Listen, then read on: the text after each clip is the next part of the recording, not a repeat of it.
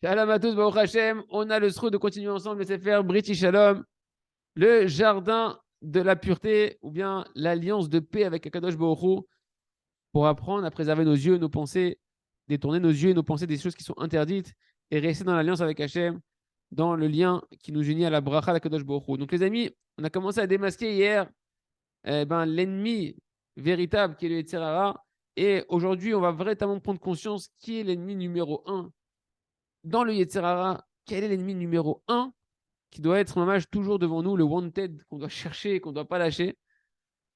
On sait que, on a vu ensemble que Rabbi Shimon Bar Yochai, il a dit que l'essentiel, que son mérite nous protège, il a dit que l'essentiel du mauvais penchant, c'est sur la débauche, sur les mauvaises mœurs. Et il faut comprendre qu'en réalité, ce qu'il a dit Rabbi Shimon Bar Yochai, c'est pas un chidouche, c'est pas une nouveauté, c'est pas genre ça vient d'apparaître avec Rabbi Shimon Bar Yochai que le Yetzer Hara essentiel, c'est la débauche. Ça a commencé depuis la création du monde. Quand le Créateur il a créé le monde, le premier Yetzer Hara qui est venu, il est venu de ce mauvais désir-là. Du désir pour les femmes, pour la femme. Il n'y avait qu'une femme au début. Comme Khamim, il nous enseigne, des morts bénis, que la faute d'Amarichon, elle a commencé lorsque le Nachash, le serpent, il a vu Adam s'unir avec Rava. Adam s'unir avec Ève. Et ça a rentré dans le désir une convoitise pour Rava. Et qu'est-ce qu'il s'est dit? Je vais aller parler avec Rava. Je vais lui tourner la tête pour lui donner le mauvais conseil de donner à manger à son mari de l'art de la connaissance du bien et du mal. Il va devenir mortel. Je vais garder Chava pour moi. Je vais garder F pour moi.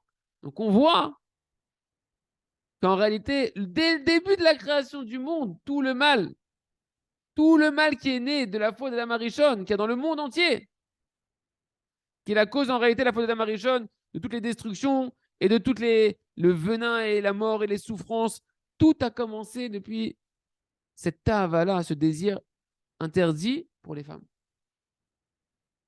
C'est pourquoi en réalité, tout le mauvais penchant, vu que le serpent originel, c'est la racine du mauvais penchant, et bien sa racine du mauvais penchant, on l'appelle Zouamat Anachash, le venin du serpent, et ça représente en réalité cette tava-là, cet appétit illusoire pour ce plaisir interdit-là.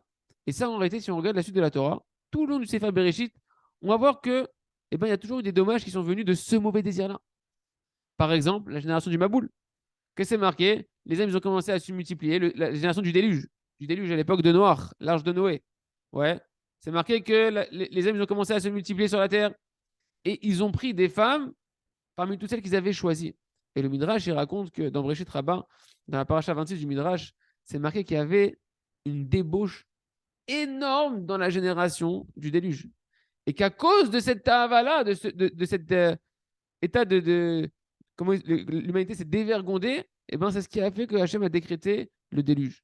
Et Rashi, il ramène là-bas que quand c'est marqué qu'il shrit kol basar et darko, il dit sur ce verset-là qu'en réalité, on parle qu'ils ont détruit leur semence sur la terre. Il dit qu'en réalité, même les animaux, ils se sont mélangés entre eux, ils ont été infidèles les uns avec les autres, entre espèces, etc. Et là-bas, on parle de la faute, notamment de la perte de la semence en vain. Et c'est ce qui a engendré la faute, le fléau du déluge. Après, on continue encore les parachutes d'après dans Bereshit. Et on voit encore que ce mauvais désir, il est au centre de tous les problèmes. Abraham, il arrive en Égypte. Et de quoi il a peur? De cette tava-là, de ce mauvais désir-là. Que les Égyptiens, ils étaient complètement trempés dans la débauche. Et donc, il a demandé à Sarah, tu sais, dis que t'es ma sœur, on est de parenté, etc. On est aussi demi-frère et demi-sœur. Dis que t'es ma sœur, ne dis pas que t'es ma femme. Pour pas qu'ils me tuent. Sinon, ils vont me tuer à moi pour te prendre à toi. Et bien, Paro, il l'a pris. Paro, il a pris Sarah. Jusqu'à ce qu'Hachem lui a envoyé des plaies dans son corps, etc. et dans sa maison, qu'ils comprennent son erreur. Et après, l'histoire se répète avec Avimelech, le roi de Guérar. Ils arrivent là-bas et Abraham, il demande encore à Sarah, dis que t'es ma sœur.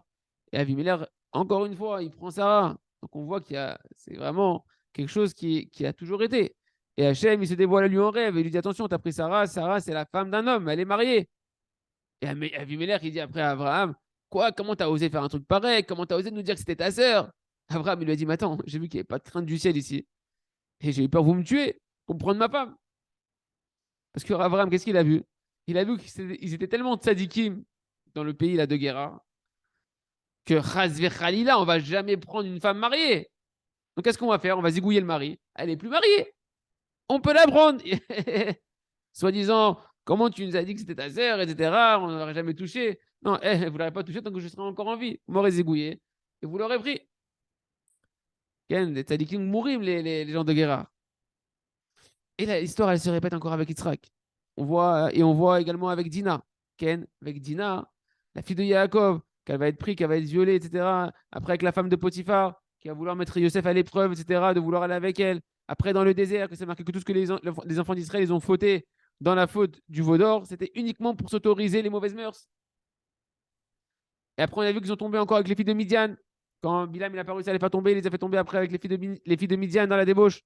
Et dans le livre de Shoftim, on voit encore l'histoire de Shimshon qui est parti après ses yeux et après tout l'événement terrible de Pilegesh Bagiva, etc. Et ça, ce n'est qu'un petit, en réalité, aperçu, les amis, un tout petit aperçu de l'histoire juive de cette Ta'avala, comment elle a suivi en fait le Ham Israël et qu'elle n'a pas quitté le Ham Israël. Et donc ça, c'est un Yetzirah qui a toujours été. Et on doit comprendre que c'est ça l'essentiel de ce que nous, on doit mettre nos forces pour éradiquer ce Yetzirah-là. Ken, que tant qu'on ne met pas nos forces sur ça, alors le Yetzirah, c'est lui qui nous mène par le bout du nez. C'est pas depuis, c'est pas depuis ni Rabbeinu Akadosh, on dirait que Rabbi Nachman, il a pris ce sujet-là, il s'est mis à en parler, en parler, en parler. C'est pas que Rabbi Shimon Bar Yochai, c'est depuis toujours. Ken, quand Rabbi Shimon Bar Yochai a dit que l'essentiel du Yetzirah, c'est ce mauvais désir-là, c'est pas parce que lui, il faut sortir aussi d'un truc que les gens ils disent des fois, non mais tu comprends, pour lui, c'était un grand Yetzirah parce qu'il était tellement kadosh, il voyait tellement aucune femme, dès qu'il voit une femme, alors il devient un... Ma pitom de penser une chose pareille. Vous croyez que les tzadikim, ils nous parlent de ce Yetzirah-là parce que eux, ils sont trop sensibles, parce qu'ils sont tellement déconnectés qu'ils sont sensibles à ça, de Shalom? Pas du tout. C'est parce que c'est la vérité. C'est la vérité depuis la création du monde que cette ta'ava-là, c'est la racine de tout le mauvais penchant depuis toujours. Et qui nous mettent en garde parce qu'ils ont la clairvoyance. Si tu veux solutionner les problèmes de ta vie à la racine, travaille sur ça. Prie tous les jours, une demi-heure sur ce sujet-là, un quart d'heure. Ce que tu peux, mais et tous les jours un travail. Étudie tous les jours ce sujet-là, prie dessus, fais tes chouvas, demande à l'aide à Kadosh Baruch Hu. Et comme ça, tu vas retrouver le lien avec Kadosh Baruch Hu et ta vie, elle va retrouver une autre couleur, Batachem, et tu vas revoir la bracha. יהי רצון שנזכה לכל זה, חזק ונתחזק.